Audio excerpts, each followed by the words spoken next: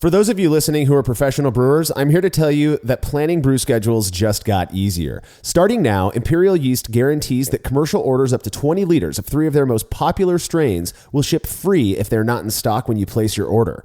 So in addition to pitching right with the highest quality yeast on the market, they're promising that yeast will be ready when you need it or shipping is on them. A rad deal from a rad company. Whether you're a pro or a home brewer, if you haven't tried Imperial Yeast in your brewery yet, it's time to up your game. You can check out everything Imperial Yeast has to offer and place your commercial orders at imperialyeast.com.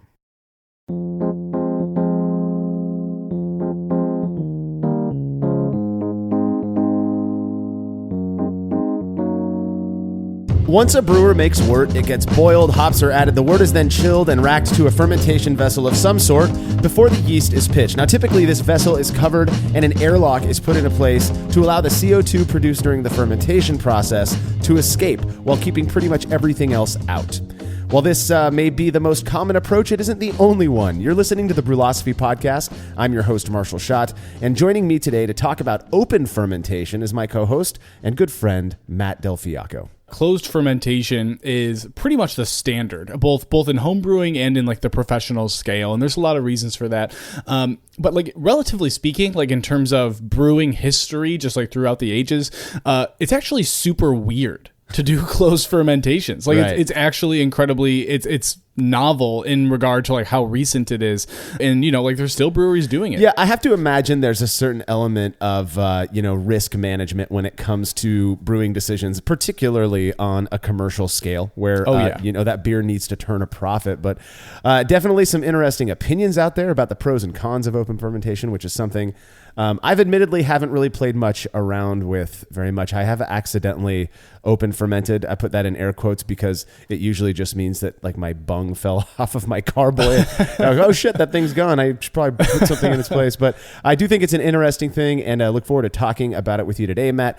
Hey, listen, I know I've been bringing up the BYO boot camp a lot lately. It's only because I really would love to see some listeners out there. We're going to have a really good time. If you're looking for something to do on March 22nd and 23rd, you still have time to register at byobootcamp.com and use code BYOBootcampBrewlosophy when you register to save $25. All right, it's the beginning of the month, which means new Patreon rewards are going out soon, and there are some killer ones like 20% off of all new German hop varieties at YakimaValleyHops.com, and also an invite to a private Q&A with the one and only Stan Hieronymus. He's an expert on hops as well as many other things brewing. Learn more about being rewarded for helping us to bring you this show at patreon.com/brewlosophy. All right, feedback this week is brought to you by Brewers Hardware, who not only make gorgeous stainless brewing rigs like the turnkey BH15 pilot system, but offer fully customizable options and a whole host of unique purpose-built products as well. If you've been looking to upgrade your brewery, build out an electric setup, or pick up some quality stainless parts, give brewershardware.com a look, and they've got it all. And when you mention you heard about them on the Brewlosophy Podcast, they'll throw in a free gift as well. That's brewershardware.com. Okay, listener Brian Beaver from Cincinnati, Ohio, had some thoughts about our recent show focused on rye malt. He says, you guys make reference to the spicy character we've all been told rye malt imparts, but your experience when using rye doesn't seem to lend an actual spice character to the finished beer. Both you and Matt make mention that this spicy expectation could actually stem from what we know as a previous experience with rye bread, and the spicy character is in fact imparted by the use of caraway. Well, while listening to this episode on my commute home from work, I couldn't help but immediately think I needed to write you about a beer a local brewery from a Cincinnati suburb recently put out that was brewed in conjunction with a local bakery. In fact, you and Matt get to the question at the end of the episode while covering feedback on the original article.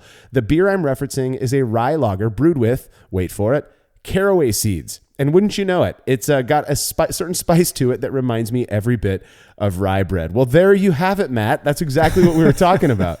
I mean, I'm definitely going to lean into the fact that it kind of plays a bit with what I had expected to be the case for a lot of this. And obviously, like, the use of caraway seeds doesn't necessarily disqualify a spice character contribution from the rye itself, but right. it definitely seems to support the idea that if you do want a rye bread like character, that using caraway seeds can help support that. So like if you want to do a rye ale or a rye bread ale and you really wanted to push that that association a little bit, caraway seeds might be good. I really want to try that beer actually, because ever since we recorded that episode, like, I've been trying to go out of my way to look for more examples of rye beers, just because, like, my expectation or what my experience with rye is so like Brian mentions is so not congruent with what I've heard about rye from other brewers. So I definitely am. I would love to try that beer and then just like try to build a better idea for my palate of like what this characteristic is. Yeah, you and me both, man.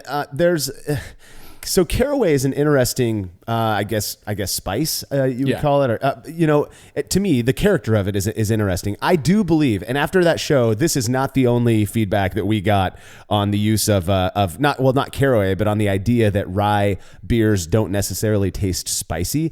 Right. Apparently, we're not alone in that perception. It's just not talked about very often. A lot of people out there were saying, "Man, I'm glad to hear that you guys don't experience rye beers as spicy." But caraway in a beer, making it taste like rye bread, that part of it makes so much sense to me. I could see maybe myself. I think I mentioned in that episode, the rye beer episode, that there's a certain cheese, Latvian cheese called Jāņasirs. I think it'd be kind of fun to make a maybe a Jāņasirs type of beer.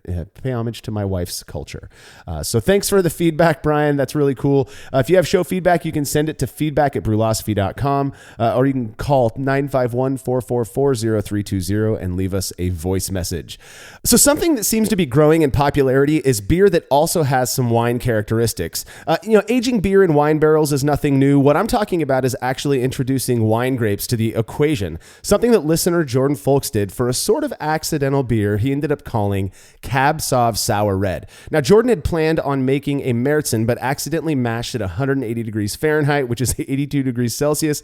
I'm assuming broken thermometer. I have some friends who've been there before. So rather than dumping a 10-gallon batch, he hit it with his house Flanders red culture, let it sit for 6 months, then combined it with a, quote, fuck ton of local once-pressed Cab Sauv must, and then let it age for another month before packaging it up. Now, Jordan sent me a bottle of this very interesting concoction, which I, of course, shared with some friends. 1 minute beer review with Jersey and Tim.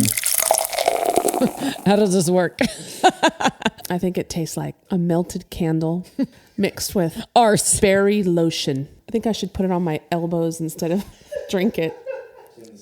I think it tastes like, like when you crack the medicine in your, like an Advil on your tongue. Tastes like that. Oh, when you accidentally chew an aspirin. Yes. Yeah, nasty. But then sprinkled with flowers. It's not good. It's not. It's not. And it's sort of flat. I don't know if it's supposed to be like that or... It is. There's right. It's like flat lotion juice. It's flat lotion juice. It's so gross. I think if I took like a flower from the front yard and mushed it up and put it through a strainer with some water or something, it's really floral, but kind of sour at the same time. And we're still drinking it. It's not like wine and beer together. It's like wine and beer had a really bad Rosemary's Baby or something. It's terrible. It tastes like ass. Let's be honest. And yet you're still drinking it. I know. Now it's making my tummy burn. Now I'm sort of tasting like a mild Robitussin, sort of. Do you remember the Flintstone vitamins when we were kids, the chewables? Oh yeah, those were good. If you mushed that up and then added like some sour fruit, I think you'd get this. I'm getting a taste, but it's not of something yummy. Rotten vinegar with roses. I don't know. Berries, roses, and rotten vinegar. Can grape juice go bad? No. Do you taste the aftertaste? What's it doing to your tongue right now? Because mine is trying to rip itself out of my head. It's not good. It almost tastes like I don't want to say a chemical. Yeah. I was watching a commercial and Clorox has a new floral scented cleaner. This may be it. Mm-hmm. On a scale of 1 to 5. 5 being, oh my gosh, this is the best thing I've ever tasted. To 1 being, I want to vomit. 1 for me. So I'm not going to give it a 1 because things like Jägermeister to me is like a 1. Oh no, I'd much rather have Jaeger. Really? Oh yeah. I'm going to say this is a 2. Yeah, probably. With 1 being things that could kill you. All right, then I'll give it a 2 too then. A huge thanks to Amber Bird and Michelle Maish. These are the wives of Jersey and Tim for taking the time to review this beer. I promise you, they're not as mean as they sound. This beer was very, very interesting. Jersey and Tim did review it. We'll be getting to that later. But I've got to be honest, I don't entirely disagree with them about the sort of chemical character that they perceived in the beer. There was something that I got on the back of my palate that really was just odd, very difficult to describe. And my assumption, I don't think it was any off flavor or anything. I do kind of think that it could have been due to a lack of familiarity with these wine-like beers that also happen to be sour. I'm really not sure. But while I have no plans to make anything like this myself, I didn't think Jordan's Cab Sauv Sour Red was necessarily offensive. Just really, again, kind of awkward, but definitely fun to try. Matt, have you ever had one of these beery wine things? You know what? I have actually, and I was trying to. I've actually been spending while we were listening trying to figure out what the name of one of them was, but Ska Brewing, who does Modus Operandi, they had one somewhat recently. I think it was like with wine must and mint that they did. That was pretty interesting. But one more recently that I've had is actually Alter Brewing out near me in near Chicago. I think they're in Downers Grove. They have a quad, a Belgian quad called Lord Farquaad, and that was I had one of those that was aged in a wine barrel, and that was very good. But that one again, like that was obviously aged in a wine barrel. It wasn't necessarily a fermented wine must. Yeah, it sounds like it'd be right up Michael Tonsmeyer's alley, totally. Like what he and Scott Janish are doing out in out at their brewery. I really don't have a mental model for it, and I know you and I talked a little bit about that. That may be where like this disassociation comes from, is like you don't know what to expect in that context. Yeah. So your brain's just like looking for something to figure out what that association is. Well, and the perception of it almost, I don't know, it feels wrong on your palate because it's this blend of three things that I've not, I guess, I've had, wines that have a more acidic character and maybe are a bit more sour. I've had sour beer. I've had Flanders red ales. The blend of those three was just so unfamiliar that it was difficult. I mean, I'll admit it was difficult for my palate to really get used to it. But I do, it was fun to try, and I love these experimental things. The fact that Jordan even admitted that it started as this accident, I could see how people who are really into that, I guess that kind of stuff, that kind of blended wine beer thing, could really enjoy the beer. It was well made, I think. I didn't pick up any of your traditional off flavors, so really neat stuff. Oh, he did say, and Jordan did mention, that it ended up being basically 50-50 Cab Sauv Must and this wort that he ended up fermenting with his Flanders Red culture. So you're a good chunk of wine character in this beer. Super interesting stuff. Again, I've noticed it growing in popularity. Well, if any of you want to send your beer in to be reviewed by Jersey and Tim, you can email me, Marshall@brewlosophy.com, and we'll get you all set up. All right, stick around. We'll be back shortly.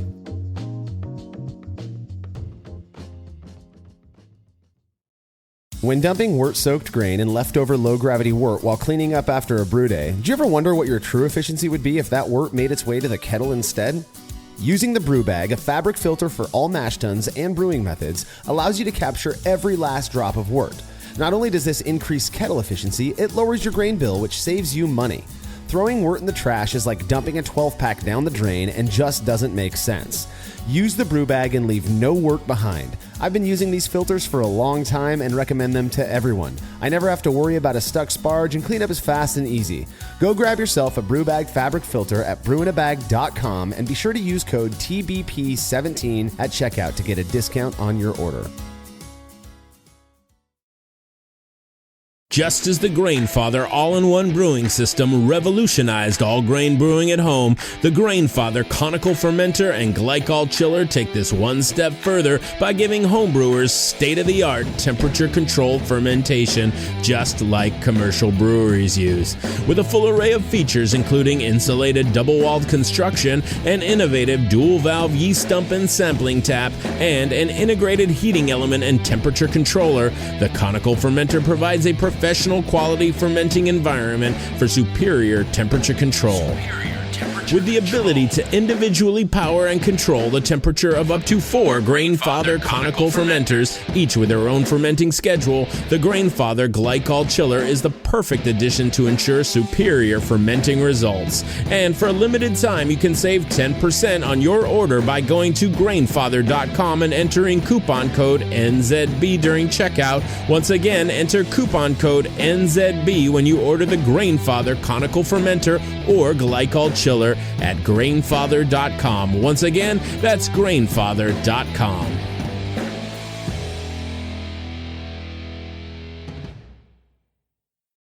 So I've been hanging out with brewers and craft beer nerds for a long time now, and while we do occasionally have our differences, one thing it seems we all share is a love of learning and trying new things, as well as saving a couple of bucks. Well, right now, Craft Beer and Brewing is helping fans of Brewlosophy learn more while saving some coin by offering 20% off the price of a subscription to their awesome magazine. Chock full of brewing insights, tips, and recipes from industry experts, Craft Beer and Brewing is seriously great. I read every issue page to page myself. To get 20% off your subscription, all you have to do is sign up at beerandbrewing.com/brewlosophy. Have you ever thought about adding a port to your kettle but held off because you didn't feel like drilling into your gear or sending it off to have someone else do it? From the makers of the super fast counterflow chiller, the Exchillerator, comes the Hangover, the easiest way to add extra ports to your kettle as well as countless other options. Mount a faucet to your keg for easy portable pouring. Set up the perfect whirlpool arm. Hold a heating element in place. All of this and so much more without permanently modifying your gear. Manufactured right here in the United States, the Hangover offers brewers too many convenient solutions to list here. So head over to Exchillerator.com today to see what the Hangover can do for you.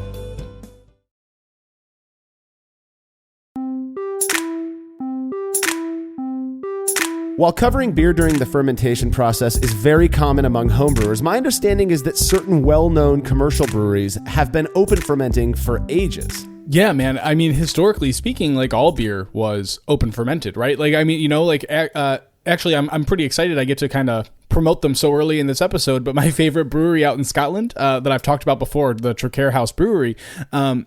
If you actually go to their website, they have some pretty fantastic pictures of their unlined oak vats, which are still used. They're these shallow, wide oak cylinders that have a wooden lid kind of just set over it. And that's it. That's the whole thing that they're fermented in. It isn't really too far from what has happened historically, like for everyone. Yeah. Like we have records of beer being brewed in like ceramic jars.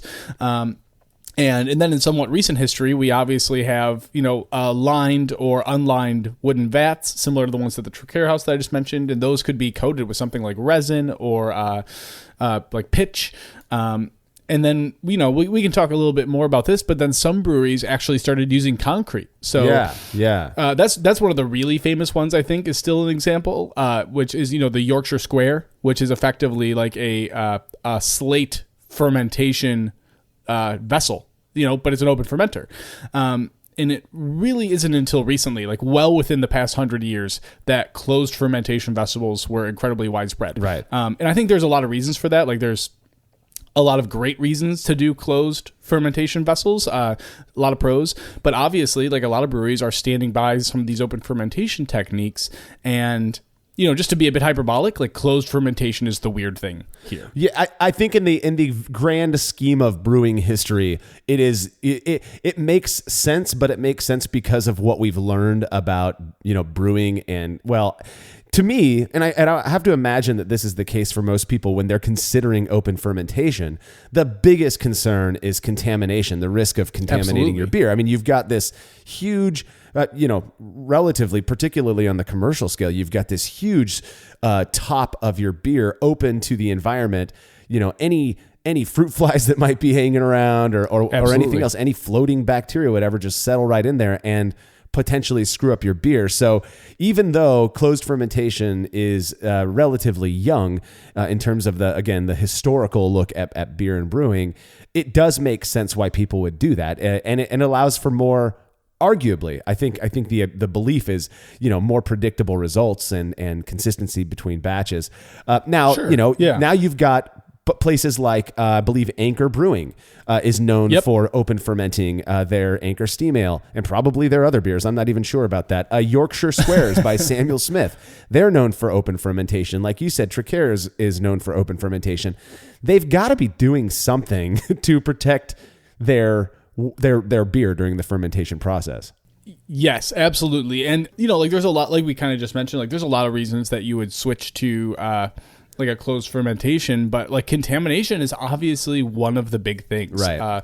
You know, and some breweries, like, you know, you refer to a cool ship, right? Which is a wide, shallow vessel that actually the point is for bacteria to settle into it, right? You see it a lot in sour beer production. Open fermentation is similar, but professional breweries that are still practicing open fermentation, like Anchor is a great example, and they do actually open ferment all of their stuff. Right. They do take steps in order to eliminate contamination is one of those things, because it's a very serious problem, especially at the professional scale, where if you lose a batch as a home brewer, you can either write it out and just play it off. You lose 5 gallons of beer, not too big a deal. Right. As a professional brewery, if you lose a batch of beer, that is pretty devastating. That's a huge chunk into your margins. It's your time. It's everything. I mean, similar to that, like if in order to alleviate some of these steps, some breweries will, they have those rooms that they're fermenting in under positive pressure. So if you open that door to go into the room, then, it pushes any bacteria that would try to come in out, right? So it pushes anything out. They take steps like air filters. Obviously those rooms are usually windowless, incredibly clean, and there's no really chance for something to get into it. And they have to take really serious sanitation precautions in order to continue to do that professionally. Now, there are some other things that come along with, I guess, when you're thinking of open fermentation versus closed fermentation. There's some other considerations, and one of the ones that comes to mind, again, contamination is number one in my opinion. First thing I think about, but another thing that comes to mind is the difference in pressure, and it's something that's been talked about with certain styles and all of that.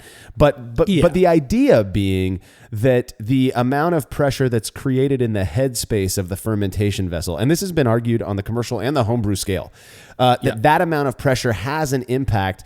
I don't want to use the term negatively, but it stresses. It puts more stress on the yeast, and that can tend to lead to the production of certain flavors, or the lack of it can also apparently be lead to the production of certain flavors or yeast-related, fermentation-related flavors. Absolutely. I mean, so pressure is a big thing, and it's actually there's kind of 2 points here to talk about when we talk about pressure in open fermentation that are sort of tangentially related. What you're talking about is back pressure, right? Which is the pressure generated by CO2 present that doesn't escape through the airlock. So a certain amount of CO2 is going to create some pressure that is not enough pressure to move through the liquid that is in the airlock. And at a commercial scale, that's also obviously a much larger amount of pressure. But much smaller amount of pressure at the homebrew scale, depending on. But it's variable based on what you're using as your airlock. Right. And so we hear this a lot. The potential impact of back pressure, especially in regard to possibly some yeast strains are more susceptible to back pressure or more sensitive to it. And we hear that a lot with Saison strains, or just Belgian strains in general. I'm a little skeptical of it. It's not that I don't think it doesn't exist. I obviously it does to a degree. But the pressure generated during fermentation on the homebrew scale is substantial, but the amount of pressure it takes to move through your average airlock is not a lot. Not a lot of pressure. I know. Very, very small. So I'm skeptical. I'm not going to call it fake, but I'm skeptical of it. But this is, in the real pressure issue that, we see at a professional scale that we talk about is hydrostatic pressure, Right. Which, when we switch to closed fermentation, we also have these narrow, really tall fermentation tanks. They're in, the conicals, the ones we think of in these big breweries, and pumps have been a really wonderful part of the brewing developments for that reason, because we can cut down on floor space and you can utilize more of your vertical space, and you can have, you can produce more beer. Yeah. Pretty great. They're jacketed, so you can kind of have some sort of consistency in the temperature, though obviously there's still some stratification that can occur if you don't take precautions. But that change in brewing history is relatively recent, and one of the consequences of having these tall, narrow vessels, as opposed to the shallow, wide vessels that open fermentation would typically use, is that hydrostatic pressure is much more of a concern. And, hydrostatic pressure is the force of a fluid pressing down due to gravity, right? And it's typically, like, we talk about it in terms of depth. The yeast that is settled at the bottom of that conical, and as it like settles it all, is being put under more pressure than if you had a shallower, wider vessel.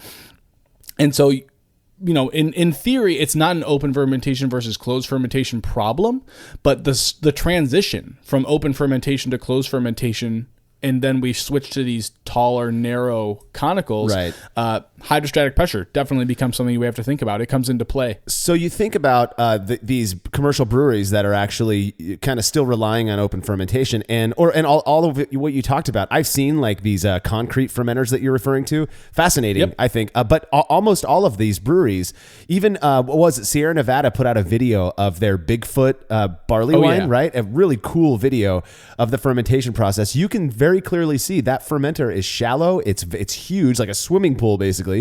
But it's not these big, tall columns of beer.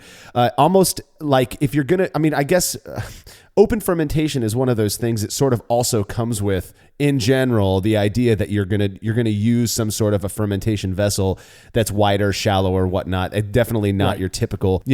Technically, when you think about these standard fermenters that brewers are using nowadays, even on the homebrew scale, they are somewhat open because airlocks, it's going to allow that gas to escape. What we're talking about is fully open. What kind of impact when there's basically no headspace or back pressure on the beer during fermentation? Right, exactly. And it's interesting that you bring up Sierra Nevadas, because when you think about like the reported pros of open fermenting, Bill Manley has actually, he had a post on Beer Advocate talking about why they do an open fermentation for Bigfoot. And that video that you mentioned is like obviously one of the more, I think, famous videos in the homebrewing circles in terms of like looking at open fermentation. That exposure to oxygen just means more oxygen's available to the yeast, which is a fairly obvious thing, right?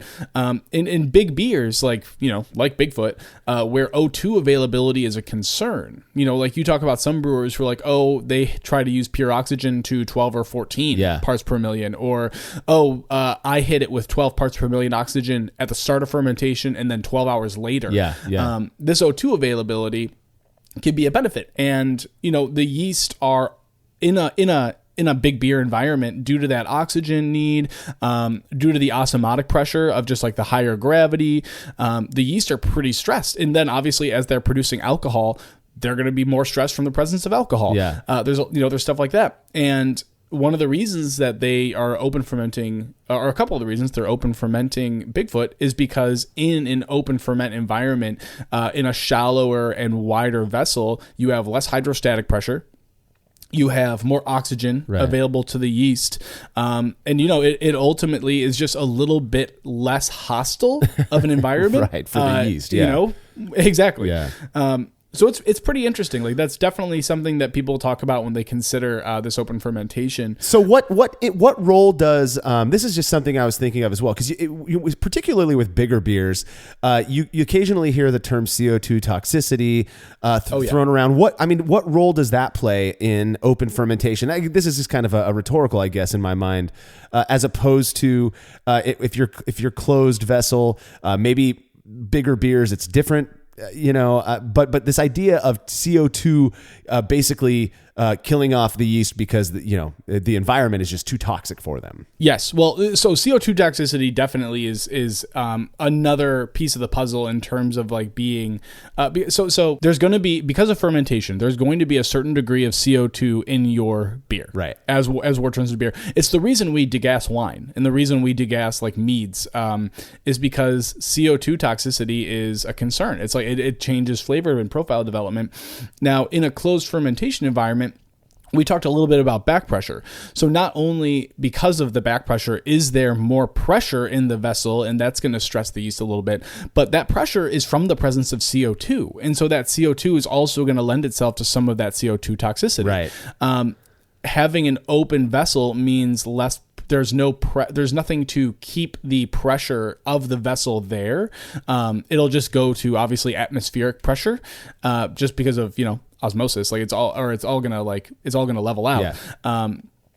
And thereby CO2 toxicity is less of a concern, because there's nothing to keep it in the solution. Yeah. No, I think that's really kind of an interesting way to look at it as well. There are, on a kind of a technical, dare I say theoretical level, open fermentation does, come with, the idea of doing it for particularly big beers like, Bigfoot barley wine.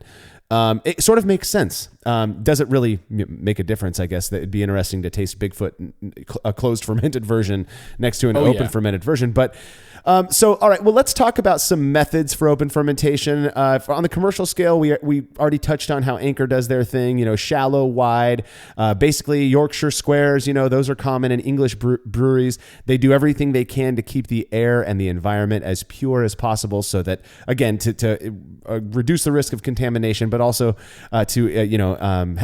consistency is very important for commercial breweries.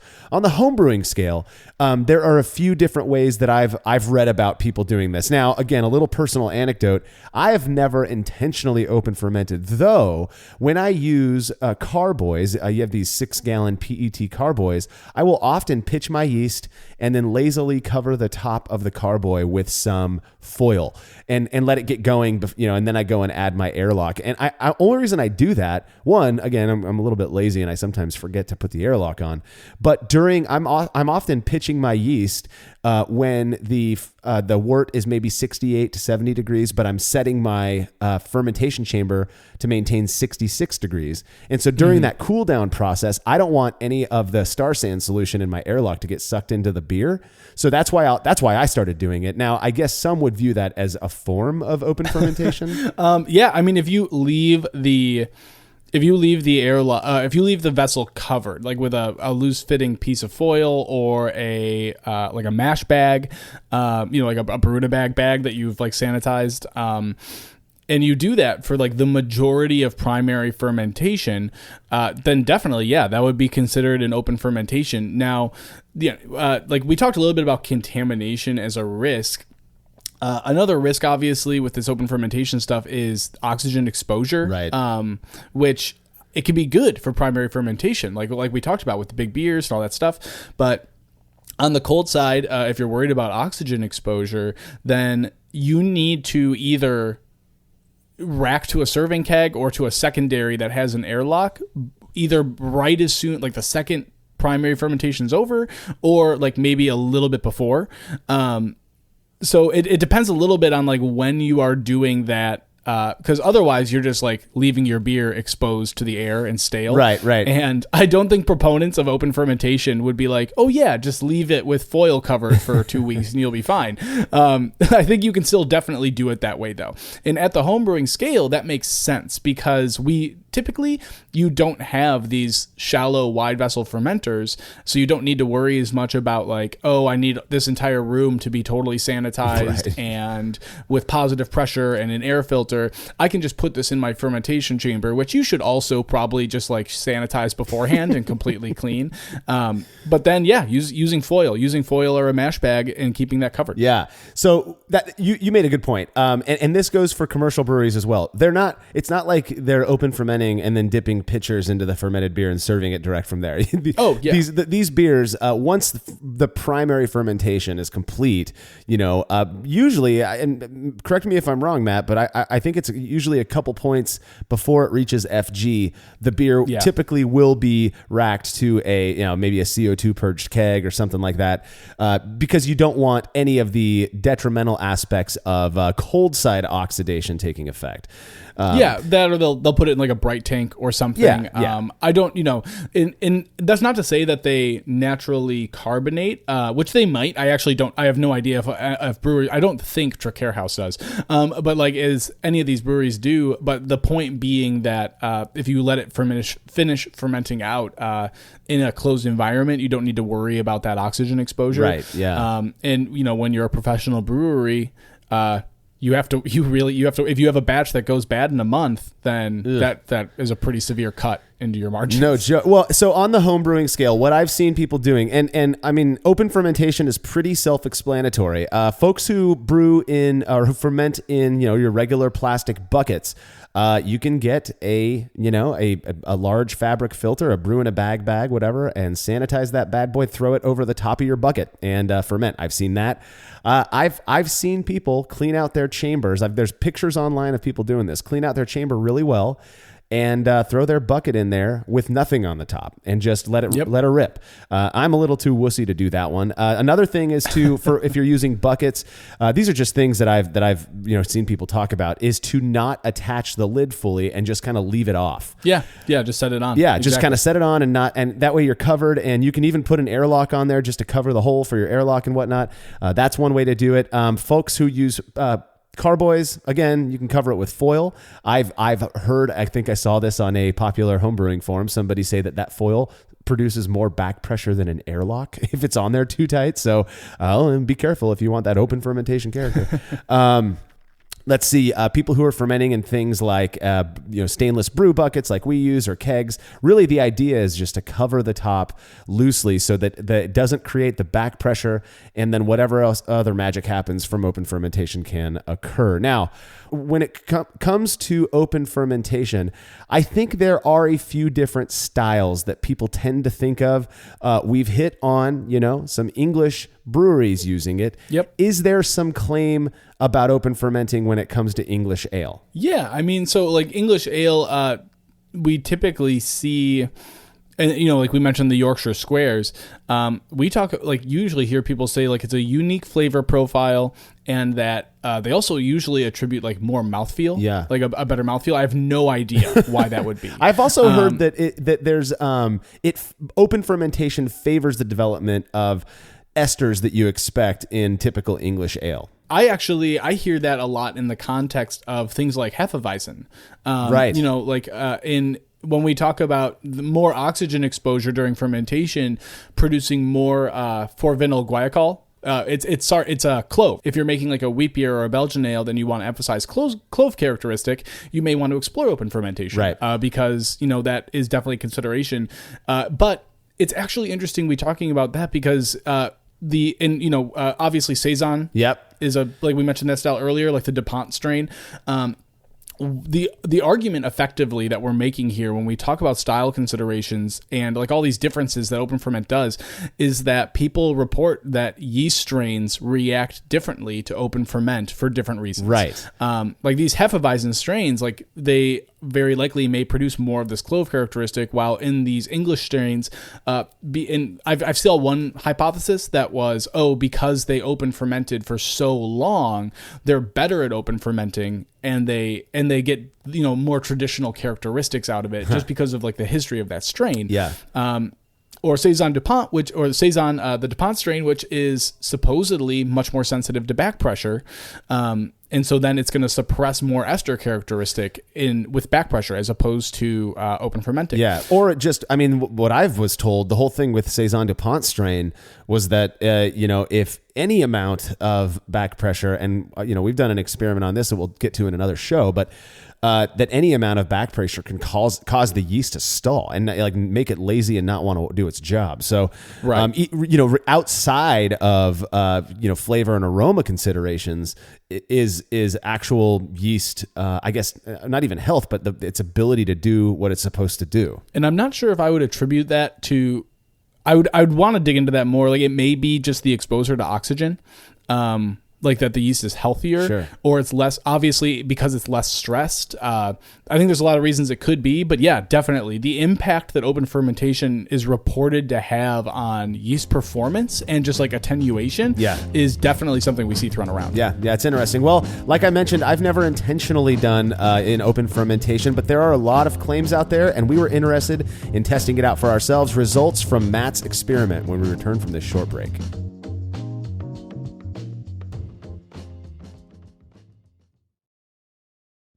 Family-owned Atlantic Brew Supply is the largest homebrew shop in the Southeast. No gimmicks, no multinational corporate overlords, and no BS. They offer exclusive malts, yeast, and more from local artisans, as well as award-winning recipe kits. They also sell professional brewing gear and cask equipment from sister companies ABS Commercial and Cask Supply. Most ingredients are available by the ounce, plus Atlantic Brew Supply has an on-site calculator to help you craft your best brew. Orders are processed same day, and 2-day shipping is guaranteed for East Coast customers. Get 15% off your first order using promo code BREWPOD. That's BRUPOD at AtlanticBrewSupply.com.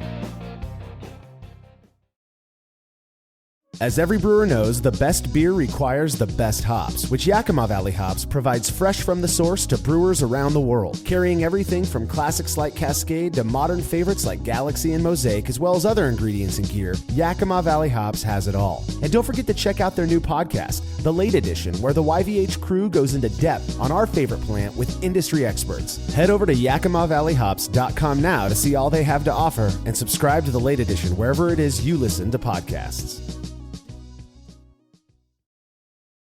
After a long brew day, the last thing I want to do is waste more time chilling wort. I've tried so many different options, and ultimately I settled on the super efficient immersion chillers made by Jaded Brewing. With the King Cobra and Hydra, I'm able to chill my entire batch of wort from boiling to just a few degrees above groundwater temperature in as little as 6 minutes. If an immersion chiller is right for your brewery, then do yourself a favor and check out all of the rad options Jaded Brewing has to offer at jadedbrewing.com. And be sure to let them know Brewlosophy sent you. Hi, I'm Stephen Leach, creator of Brow Supply Brewing Systems, here to tell you about our latest Unibrow brewing system. Modeled after the brew-in-a-bag method, the Unibrow uses the same kettle for both mashing and boiling, replacing the fabric bag with a stainless basket that can hold up to 20 pounds of grain. A heating element is run by an electric controller that allows for the maintenance of specific mash temperatures and makes mashing easier than ever. Each Unibrow is shipped with a counterflow chiller and the parts required to brew a batch of beer. We're really proud of the Unibrow, and we know you'll love it as much as we do. Go check it out at browsupply.com and sign up for our email list to receive special deals in your inbox.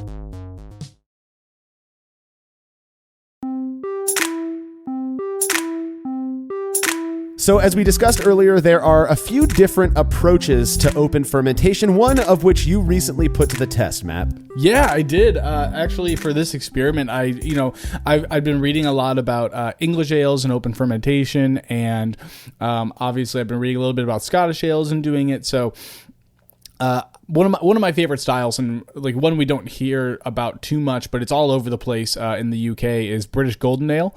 Love it. It's so good. It's a fantastic style. And I had some Golden Promise left over from another experiment, some Propino malt, which is a blend of Maris Otter and Pale Ale malt from Muttons, and then I had some torrefied wheat. So I threw this all together. It's about 60% Golden Promise, 33% Pale Malt, and 7% torrefied wheat in this British Golden Ale. And I mashed at 152 degrees Fahrenheit or 67 C for about 60 minutes. And I hopped with Magnum and Cascade. Magnum just as a pretty standard bittering addition that I have some around almost all the time. I use it for a ton of my bittering stuff. Only because if it does matter, I don't know how much it matters. I know we talked about that a little bit in the bittering episode, but I've got some around. And then Cascade, which obviously is a more American hop, but it's pretty commonplace in a British I've heard Golden they use Ale. it quite commonly in British Golden Ale. In fact, Yeah. that it's not Cascade has become kind of a go-to over in it's a popular variety. It's a great hop. Yeah, it's a great hop. Ultimately, 60-minute boil, pretty standard. Chilled down to chilled, and then I had a gravity of about 1042, about right where I wanted. It's a pretty low ABV style, but big flavor, really great style. So I racked identical amounts of wort to the separate fermentation kegs that I was using at the time, and I pitched some AO1 House Imperial Yeasts strain and direct pitch just into each batch. Now, I believe that Hay-O-One House is a Whitbread dry strain. So that is it is a fairly common English strain. And again, you're making this British Golden Ale fermented with a British yeast. The idea being to really emulate kind of, I guess, a little bit, what we might expect from an open fermented English ale. Yeah, exactly. And so obviously I was fermenting in these kegs. So one of the things that if we were to like look back at this experiment, I would love to figure out some way to do this in some kind of a shallow vessel. Sure. Obviously, like kegs are pretty narrow and tall. Now that said, like hydrostatic pressure at our homebrew scale is far less, obviously, that we would need to worry about at like a commercial scale. So I'm not 100% bothered by it, but something I'd like to do. Yeah. Anyways, like while these were hitting their temps, their pitching temp, I had boiled my mash filter, an old brew in a bag that I used, and just boiled it for a while just to make sure it was entirely sanitary and clean. I also, like prior to this, had sprayed down my entire fermentation chamber with like like I cleaned the hell out of this entire thing. I was really worried about some kind of contamination. Yeah, I would be too. Placed one of those fabric filters over it, sealed the other one up, and attached a blow-off tube. And after 5 days of fermentation activity, and I saw activity starting to wind down, I sealed the open firm batch, put a blow-off tube on it, and after a little bit of time, took my hydrometer samples, and the beer that was closed ferment the whole time ended up with a final gravity of about 1013. Right. Which is a little higher than I would hope for, but the open ferment batch was actually at 1011. It had fermented a little bit more attenuation wise, which is kind of what we'd expect from that exposure to oxygen. Like the yeast would be a little under a little less pressure, it'd have more access to oxygen, and it might perform a little better. Well, and I mean, another thought, a 2-point difference isn't that big of a deal. I don't think anybody's going to, but another argument could be made for, maybe that lower FG is due to some form of another microbe being present. That's not the brewer's yeast that you pitched in there. Slightly offended by the fact that you were, I'm just kidding. I know you spent a lot of time cleaning your chamber. No. So that's actually, if you look back at those pictures, I took some pictures of the beers as like fermentation was pretty much like, I'll say almost done. And the open ferment batch had these, I really hope that they were yeast rafts. They looked gross. I mean, they looked look gross. Pretty. Yeah, they looked gross. Obviously it looked like yeast, very huge collection, but large yeast rafts on the surface. It didn't look like a pellicle. It didn't look like, I'm familiar with sour beer fermentations and infections like that. It didn't look like that or what I would expect from that. Now that said, I didn't detect at any point, like flavor wise or anything else, that these, and as the beer was carbonating, and like I had it for a little while, it didn't get much more carbonated, which if there was an infection, we would consider like it may get worse. So I didn't detect anything that would indicate that it was an infection. But that said, that it was at 1011. We can't necessarily entirely rule out that possibility. Yeah, right. Without lab testing, I'm not going to pretend to be perfect in this circumstance. Yeah. Right. But after that, obviously, when we find with gelatin, I find with gelatin, cold crashed, rack 2 CO2 per serving kegs, and force carbonated. And I left it to condition for about a week or so before serving. And when I finally pulled samples of each of these golden ales, which were great, by the way, and I only say that because this is partially inspired by Malcolm Fraser's recipe, the other Brulosophy contributor, and he's all about golden ale, so I have to give him props. But anyways, when I finally pulled these samples, the beer that fermented in a sealed environment was actually slightly clearer than the open ferment beer. The open ferment beer was a little cloudier. And this is interesting to me too, because it also, I hate to be the cynic here, but it also kind of goes to what's the very first indication that you might possibly have a contamination is haziness, right? So I'm not trying to diss you because I know you really cleaned your firm chamber, Matt, but I do think that there's something interesting about that. You get lower FG, slightly hazier, and now I'll be honest, they weren't that different in appearance. For all intents and purposes, the open fermentation beer was homebrew clear. I agree with that entirely. It definitely was homebrew clear. Like if we were to do, I like that actually qualifier. I've never heard that before. I like that. We say that locally. Yeah, I like that a lot. And I'm going to start spreading that around. Yes, it was. Now that said, I can't think of a reason open ferment wise that it would be cloudier. Yeah, it's so weird. Do you know what I mean? I can't think of something necessarily that comes immediately to mind in that regard. Yeah. Again, they didn't taste infected, they didn't taste a difference, but I won't rule it out. Yeah. Well, and one thing, again, we can hypothesize here.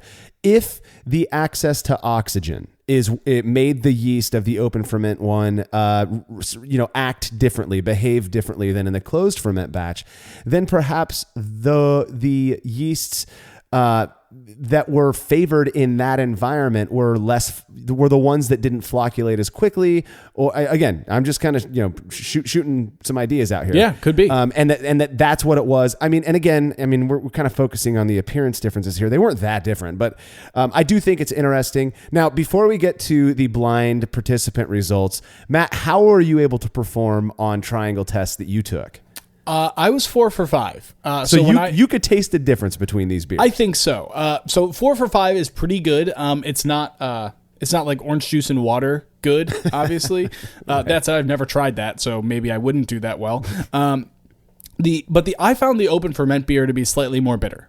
That was really what was my thing that I kind of latched onto and was looking for during these semi-blind triangle tests was. I thought it was a little more bitter. I was right 4 out of the 5 times. So I did pretty well on these triangle tests. Preference was tough. I liked them both. I guess what I'm trying to get at here is I didn't detect anything in the open ferment beer that I would be considered to be like, oh, this is much more of an English character than this closed ferment beer.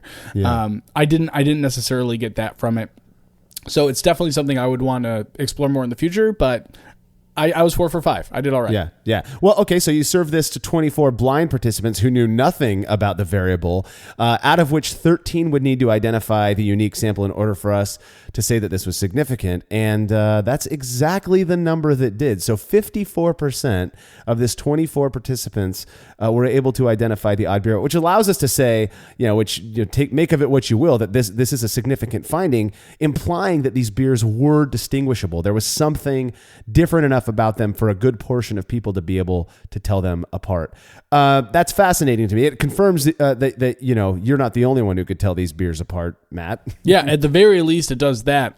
Which, if we're going to go back to the fact that there may have been a contamination, then we can at least say that people can probably tell contaminated beer from not contaminated beer. Yeah, I don't know if we should be going down that path though. I threw that out there because I thought it was interesting. I actually doubt that there was a contamination issue. That's my personal belief.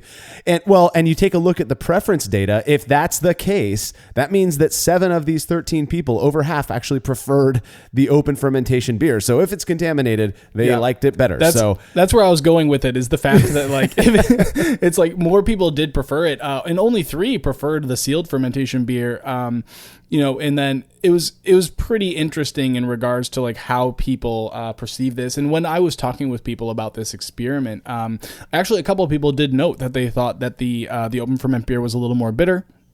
I think a couple people mentioned that they thought it was a little more estery, which is actually what we would expect with an open fermentation. Sure. And some people thought the sealed beer just tasted a little cleaner. The layers of the beer were a little more not as muddy. So definitely some kind of a wide range of feedback on that one. Yeah. And it was pretty good. But yeah, 7 people preferred the open fermentation beer. I know, that's gnarly. And you've got one person said they didn't have a preference despite noticing a difference. And 2 people actually reported perceiving no difference. Now, I know there are people out there who are saying, well, you should have, thrown their data away. That's not how stats works. Statistics account for random guessing. And so even if people get it right, that's accounted for. We expect 33% of people. Yeah. And the preference data is, and I know we've talked about this before, but from a reporting perspective, but the preference data is really kind of just fun data for us. Yeah. It's in no way related to the actual triangle test itself. Right. We can't really extrapolate anything from the preference data and apply it to the stat stuff. That would be, I don't want to say unethical, but it's not the way that that testing in general works. Yeah.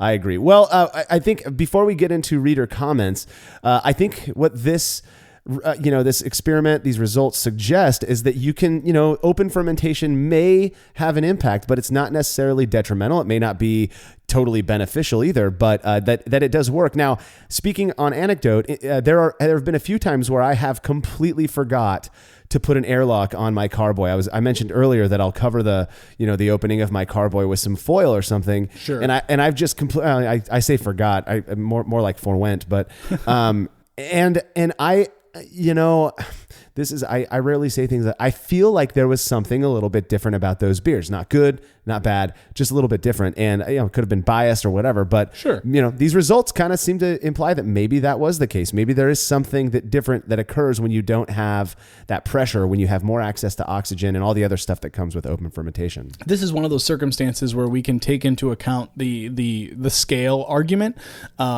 Because obviously taller, wider, or taller, more narrow fermenting vessels are going to generate more hydrostatic pressure. Absolutely. It's one of those things where we can't necessarily, I don't think ever, extrapolate the results of an experiment onto a wider application. And this is one of those circumstances in which I would like to explore, if we ever get the opportunity to do something like an experiment at the professional scale with open fermentation, I think that would be a super cool variable to do it with. You said earlier, a Bigfoot fermented in the open ferment versus Bigfoot fermented in their standard conicals would be super interesting. So it's, like I said, the implications from this one, you sort of mentioned, it seems to be that there may be a difference between them. And it's one I would love to see redone, taking into account the scale variables. Yeah. No, I agree. This is definitely one of the few experiments that we've done that I really think, in terms of batch size, is going to could potentially produce much more wildly different results on a commercial scale, just because of all of the various different types of pressures put on the beer during the commercial brewing process. Now, we've got a whole bunch of reader comments. People had some deep thoughts about this experiment, and so I wanted to share some of these. The first one comes from Reddit user Calypso Savine. He says, interesting experiment and always nice to get a significant result. While the bitterness part was what you identified as the most noticeable, it doesn't sound like there was a perceived difference in the ester profile. I had two thoughts. One, 64 degrees Fahrenheit, which I believe is about 17 C, is generally a fermentation temperature that we'd associate with suppressing ester production. I'd like to see this done warmer. So it sounds like you fermented this beer at about 64 F, Matt. The second point that Calypso Savin makes is proponents of open fermentation sometimes claim that the surface area of fermenting beer exposed to the air is significant. So a brew bucket with a much larger diameter might give different results from a corny keg. Thanks for a fun read. I love British Golden Ale and will definitely be making one soon. I love it. Awesome. Yeah. So the 2 points. The first one is the fermentation temperature. Yeah. 64 degrees Fahrenheit, which I know, Marshall, you said is about 17 C. Yeah. That is kind of like my go-to fermentation temperature for ale yeasts. I ferment, I think, some Scottish ale yeasts a little bit cooler. And then obviously my Belgians, I actually usually start at 64 and then ramp up over time. I don't know. Based on some of the other experiments that I've had the pleasure of doing with fermentation temperature, I'm not sure if there would be a huge difference between 64 and 68. That said, I'm open to it. I think it'd be cool. And like I said, this is one that I would love to explore more. So definitely English ale fermentation temperature would be a cool one to kind of do more with. I know we've done something similar in the past. Yeah. Well, and maybe there's it's possible that there's some sort of a combined effect, right? Exactly. That fermentation temperature with open fermentation maybe would encourage the production of more esters. Exactly. It's something worth consideration. I totally agree with Calypso on that. Totally. The other issue had to do with the diameter, and I mean we kind of discussed that a little bit. Oh yeah. Definitely. I've got brew buckets. I mean, we could do another open fermentation experiment using those. They have a nice big, 11.5 inch opening at the top. See, I don't know, man. Like, so I think I commented on this on Reddit actually, but like I'm 100% in agreement with that. The surface area exposed, and just like the general depth of the fermenter could definitely play a role. I know you and I have kind of beat that to death here in the podcast, but I 100% agree with it. I actually don't even know that a bucket would be enough surface area to be relatively similar to what we would see in a professional open ferment environment. Right. But so the point I'm getting at is I agree with you. I would actually want it to be a little more extreme if we could figure out a way to do it. So if you really clean out your firm chamber, you can just pour the wort right in there. Exactly. I would maybe. Let's try. Figure something out. Let's not try. Yeah, use the little porthole on the bottom. All right, we got another comment from Reddit user Probabilistic World, who says, I'm skeptical this has anything to do with pressure. Now, I haven't done any calculations, but I'd be surprised if the pressure built up from having an airlock was significant compared to the pressure on the yeast from the column of liquid on top, so that hydrostatic pressure. I'd be more inclined to suggest the exposure to air, allowing the CO2 to dissipate more easily, is the main player. Carbon dioxide is a waste product of our little friends, and sitting around in your own waste is generally not healthy. Also, exposure to air will let more oxygen in, which is necessary for at least part of the yeast life cycle. Agree. Yeah. We is talked that all I have about to say for that one? Yeah. So I agree entirely, especially because we just mentioned that like this is one of the ones where we think that potentially scale may have more of an impact just on the pressure. I think for this experiment, I am wildly skeptical of pressure being the issue or being the thing that potentially generated a difference between these two beers. It could definitely be completely. But I agree with him entirely. I think it has more to do with the access to oxygen, and I think it has more to do with CO2 leaving solution, which is sort of a back pressure consequence that because there's no back pressure that CO2 can leave the solution. But that said, like I don't think it's pressure in this one. No, I 100% agree with you. This idea of gas exchange, the CO2 oxygen exchange during fermentation is something I'm more inclined to think would have an impact than particularly on the homebrew scale than column pressure or any other form of pressure. So good comment, though. We got another comment from Ben Morgan. He says, the main advantage of open fermentation isn't so much to encourage esters as to allow sluggish yeasts, including some British varieties, to ferment out without stalling. Allowing some oxygen in means they won't run out of ergosterol. If the wort hadn't been oxygenated or the pitch rate was on the low side. It hadn't occurred to me that fermenting open might also improve flavor, but it's interesting to see an effect. Most British homebrewers, me included, don't really ferment open, but we do use clip-on lids on plastic buckets rather than airlocked carboys. So some gas exchange does take place, and bugs and dust are kept out. Also interesting to note that Pilsner Urquell, the archetypal lager, is fermented open. I think the fear of oxygen at this stage of the brewing process is overdone. Yeah, I actually I agree entirely with the last point. I think the fact that it's primarily like a contamination concern in terms of that, and especially like we can get into that pretty in depth. That could be a whole other episode in terms of like the differences in that tall sealed fermenters have afforded breweries. But it's actually super interesting to hear Ben what seems like suggesting that homebrewers in the UK are not necessarily using sealed vessels or like affixed with an airlock the entire time. That's something that like it's a black box in my knowledge is the homebrewing communities of other countries and just other cultures.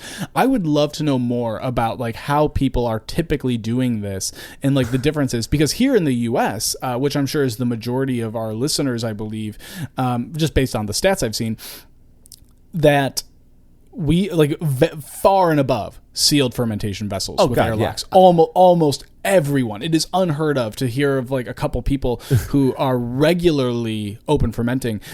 So I would love to hear more about that, Ben. Like that's actually super fascinating to me. And I agree with your comment 100%. I think it's fascinating. Yeah, and it is. I like that he points out Pilsner Urquell being open fermented. It is, we've seen absolutely. this. And in the same way, I love PU. I absolutely love Anchor Steam, and it's a delicious beer. So whatever, and my understanding from what the folks at Anchor have said is that is a key component to producing the flavor characteristics of that beer. So, I'm with him on that. Don't stop doing it because I love the beer. But Totally. Another comment on the article comes from Jeremy. He says, I work at an 8-barrel brewery and we have only open fermenters. And the other big advantage of these vessels is that we top crop the yeast and use it for 50 or so beers. 50 or so beers. Wow.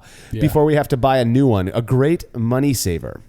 I'm actually blown away by the fact that we didn't talk about that as one of the advantages of open fermentation, especially in a professional environment, because that is a big one, is your ability to so like a lot of, especially these English strains are really intense top croppers. Yeah. And so like getting those strains and like getting a clean, really nice pull of that yeast during fermentation is a huge pro. And it's healthy, it's active.